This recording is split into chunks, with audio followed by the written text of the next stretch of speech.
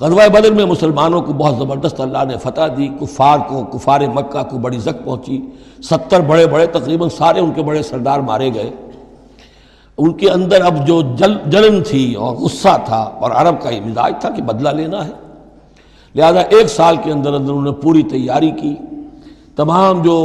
بھی کر سکتے تھے ساز و سامان جمع کیا، 3000 کا لشکر لے کر۔ اور اب ابو سفیان، ابو جہل تو مارا جا چکا تھا، وہ تھا سردار جو کہ بدر میں آیا تھا فوج لے کر۔ اب ابو سفیان جو ہیں وہ چونکہ بعد میں ایمان لے آئے، ان کے نام کو تو ہم ادب کے ساتھ ہی لیں گے، اب وہ سردار تھے اس وقت، اور وہ 3000 کا لشکر لے کر آئے، اور اس دفعہ وہ اتنا اہتمام کر کے آئے تھے کہ ہماری فتح یقینی ہے، اپنے بچوں کو خاص طور پہ خواتین کو بھی ساتھ لے کر آئے تاکہ ہمارے اندر غیرت رہے کہ ہماری عورتیں بھی ساتھ ہیں، اگر کہیں میدان سے ہمارے قدم اکھڑ گئے تو ہماری عورتیں جو ہیں وہ قبضے میں چلی جائیں گی مسلمانوں کے۔ تو ہند جو تھی، اس کی بیوی ابو سفیان کی بیوی ہند، وہ بھی ایمان لے آئی بعد میں، لیکن عتبہ کی بیٹی تھی، اس کا باپ اور بھائی عتبہ ابن ربیعہ، اور چچا اس کا اور بھائی،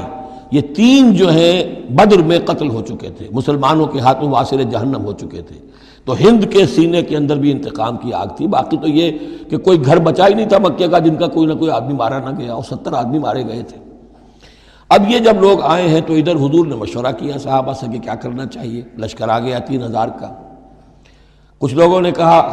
کہ ٹھیک ہے، کھل کر مقابلہ کریں گے، ڈٹ کر مقابلہ کریں گے، چلیں گے میدان میں۔ حضور کا اپنا رجحان ادھر تھا کہ یہ صورتحال ایسی ہے کہ ہم اگر مدینے میں محصور رہ کر مقابلہ کریں تو بہتر ہے۔ لیکن جو لوگ بدر کے بعد ایمان لائے تھے، ایک تو ان کا جوش و خروش تھا، ان کا ہمیں تو شہادت چاہیے، ہمیں آخر اس موت سے کیا ڈر ہے، شہادت ہے مطلوب و مقصود مومن، نہ مال غنیمت نہ کشور کشائی۔ تو حضور نے ان کا لحاظ کرتے ہوئے آپ نے فیصلہ کر دیا ٹھیک ہے، ہم میدان میں جائیں گے، کھل کر مقابلہ کریں گے۔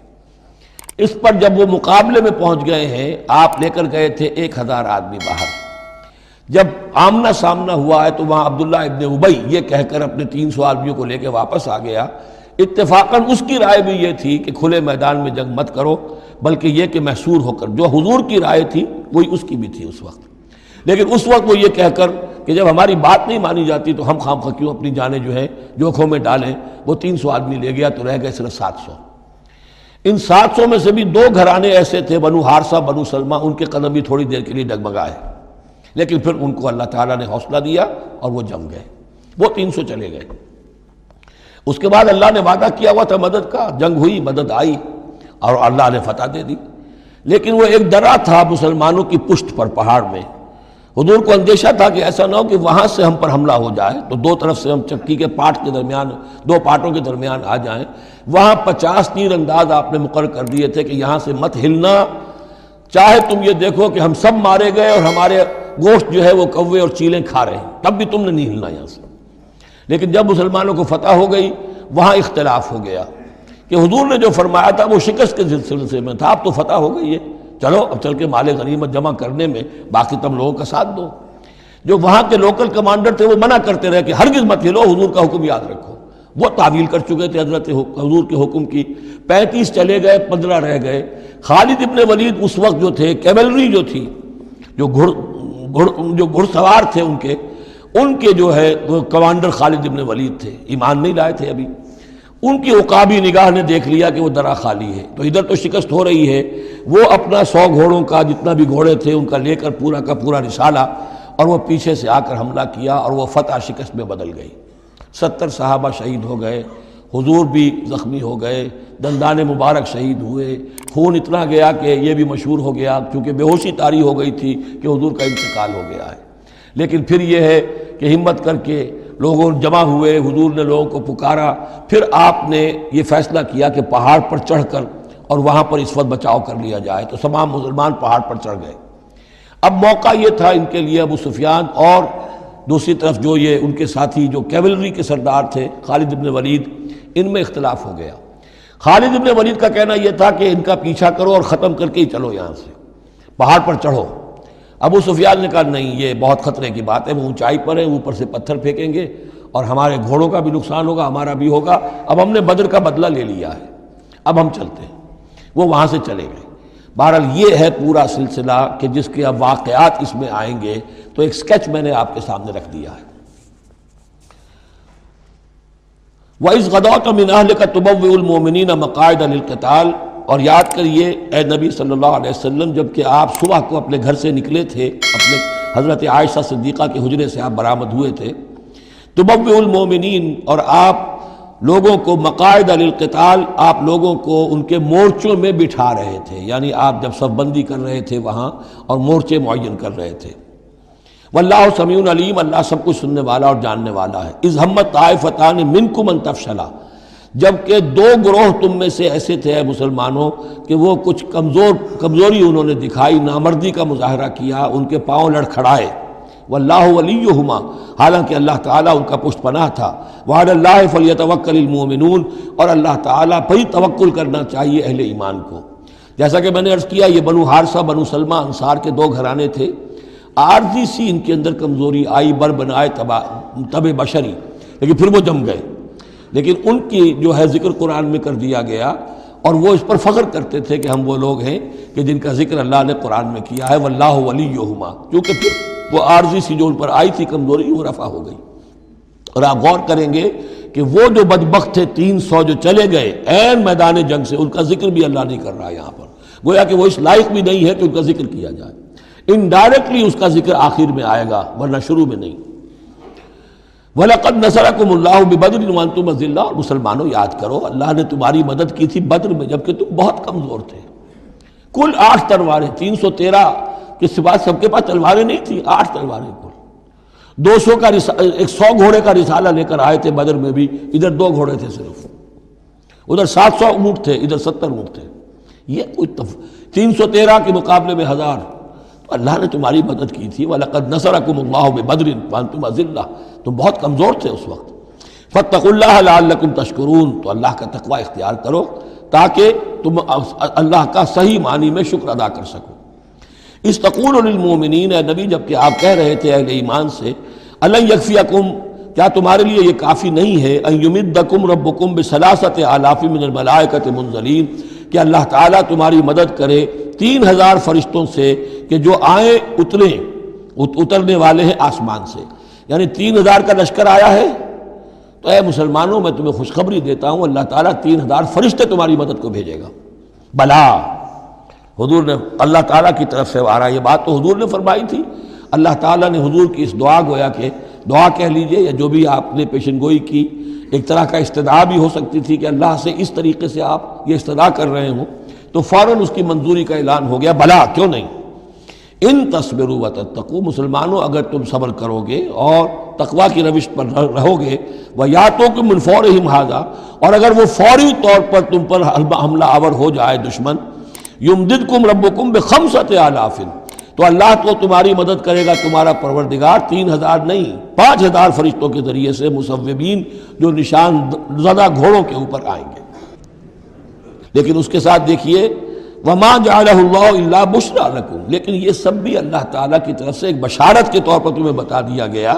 وَلِتَطْمَئِنَّ قُلُوبُكُمْ بِهِ، اور تاکہ تمہارے دل مطمئن ہو جائیں، وَمَا النَّصْرُ إِلَّا مِنْ عِنْدِ اللَّهِ، مدد تو ہوتی ہی اللہ کی طرف سے ہے،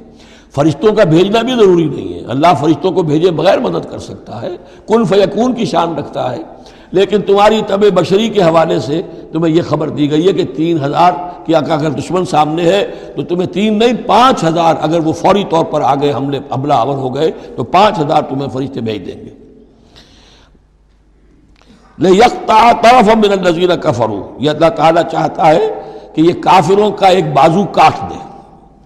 او یکبتہم، یا ان کو ذلیل کر دے، فینقلبوا خائبین، تاکہ پھر وہ لوٹ جائیں بہت ہی خائب و خاسر ہو کر، ناکام ہو کر۔ اب یہ گفتگو ذہن میں رکھیے، ترتیب جو ہے وہ نہیں ہے،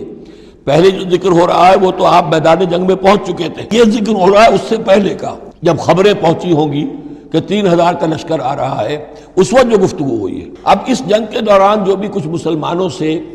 خطائیں ہوئیں، غلطیاں ہوئیں، ان کی طرف بھی اشارہ ہے۔ اس میں بعض ایک معاملہ ایسا بھی ہوا جو حضور سے بھی خطا کا ایک معاملہ ہوا، اس کے اوپر بھی گرفت ہے، بلکہ سب سے پہلے حضور والے معاملے کو لیا جا رہا ہے۔ جب آپ زخمی ہو گئے شدید اور آپ پر بے ہوشی بھی طاری ہوئی، پھر جب ہوش میں آیا تو آپ کی زبان پر یہ الفاظ آ گئے، کیف یہدی اللہ قوما خضبوا وجہ نبیہم بالدم، اللہ اس قوم کو کیسے ہدایت دے گا جس نے اپنے نبی کے چہرے کو خون سے رنگ دیا، کیونکہ تلوار کا وار پڑا تھا آپ کی یہ چیک جو ہے، چیک بون پر، یہ جو ہڈی ہے چہرے کی، اور اس سے 2 آپ کے دانت بھی شہید ہو گئے تھے، اور یہ کہ فوارہ خون کا چھوٹا تھا، اور اس فوارے سے ظاہر بات ہے آپ کا پورا چہرہ لہو لہان، پورا جسم، اور خون اتنا گیا کہ آپ پر بے ہوشی طاری ہو گئی۔ کیف یہدی اللہ قوما، اللہ کیسے ہدایت دے گا اس قوم کو، خضبوا، جنہوں نے رنگ دیا، وجہ نبیہم، اپنے نبی کے چہرے کو، بالدم، خون سے، اس پر گرفت ہو رہی ہے۔ لیس لک من الامر شیء، اے نبی آپ کا کوئی اختیار نہیں ہے، آپ کا کام ہے دعوت دینا، تبلیغ کرنا، لوگوں کی ہدایت و ضلالت کا فیصلہ ہم کرتے ہیں، آپ نہیں کرتے۔ اور دیکھیے اللہ نے کیا شان دکھائی، جس شخص کی وجہ سے یہ سب کچھ ہوا ہے، خالد ابن ولید، حضور ہی کے زبان مبارک سے اسے خطاب دلوایا، خالد سیف من سیوف اللہ، خالد اللہ کی تلواروں میں سے تلوار ہے۔ حالانکہ یہ ساری زک جو پہنچی ہے وہ حضرت خالد ابن ولید اس وقت تک جو وہ کفر کے سرداروں میں سے تھے اور وہ آئے تھے۔ لیس لک من الامر شیء، اے نبی یہ اختیار آپ کا نہیں ہے، اور یتوب علیہ اور یعذبہم،